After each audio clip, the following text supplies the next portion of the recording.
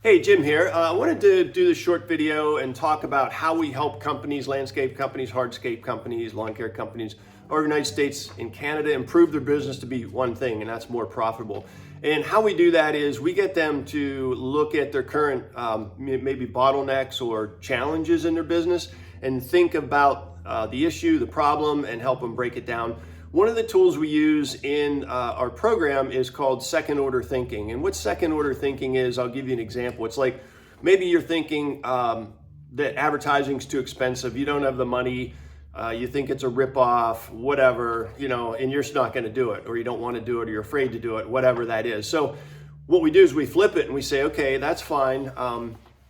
But what if, if you look at it at a different angle and say to yourself, like, that's the first layer, right? That's of second order thinking. The first layer is, I don't have the money, I don't want to spend the time, energy to do it, and I don't see the value in it, and I'm sort of, afraid to do it maybe. So second order thinking puts you in like, okay, flip it and say, what if the advantages were like, one of them would be brand visibility and credibility, right?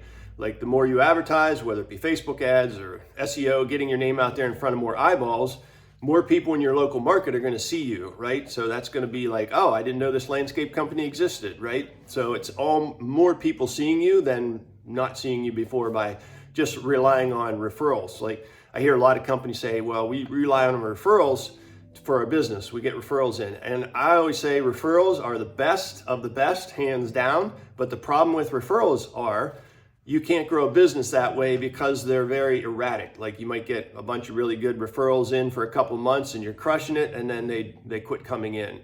Also, I find that companies that rely on referrals are usually small companies because that's the amount of work they can handle. So referrals are the best of the best, don't get me wrong, but I think they're also sort of erratic because you don't know and you can't plan when your next referral's coming in the door, typically, right?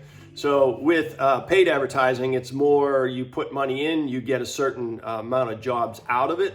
It's more scalable, it's more predictable, right? So brand visibility and credibility is something to consider.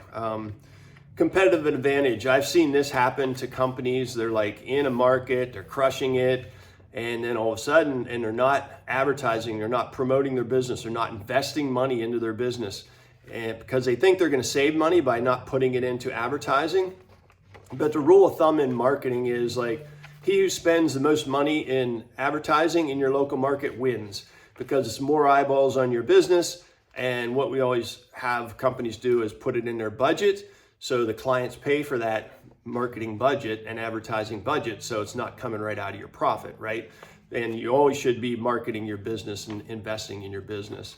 But the competitive advantage, I've seen this happen to companies. They're in there crushing it, and then out of nowhere, because they're not marketing and just doing referrals, that another company comes in. They're good at marketing. They know the value of marketing and advertising. They spend the money.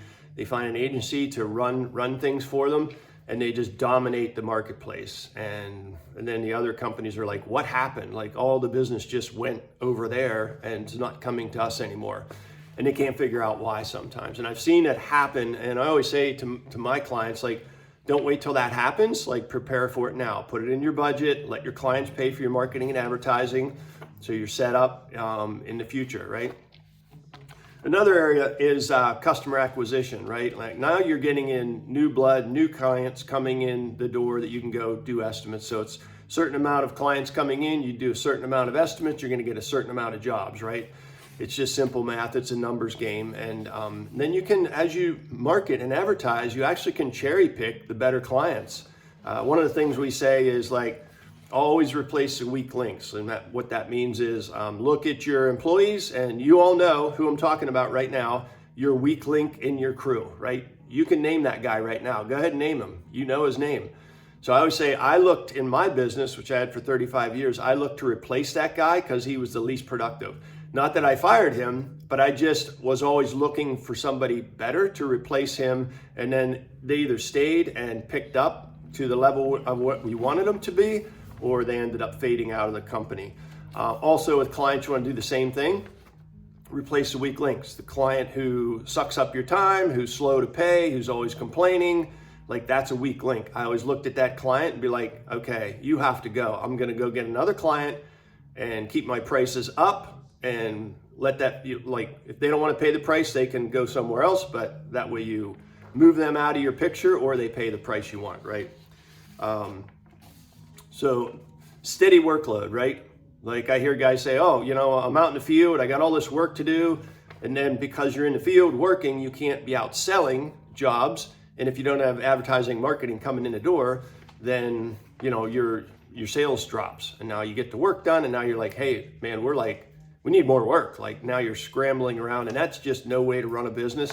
That's very frustrating and it's very stressful, right? Because it's like peaks and valleys all the time. You're like, wow, we're slammed. Now we're stressed to get the work done. And now it's like, okay, nobody's out there selling jobs. We're not doing a marketing, advertising going on. So no good leads are coming in. And now we're scrambling to get more work, right? And it's very, and your crews pick up on this, right? Like your employees know this. So it's stressful for them, even though they might say anything. They're like, wow, does this guy know what he's doing? Like, yeah, some months we're real busy. Now he's like scrambling for work. Is this where I want to stay long term? And what do you think the answer is in their mind, right? Like you got to think about that stuff. They see it, and your family feels it too. It's no fun for them.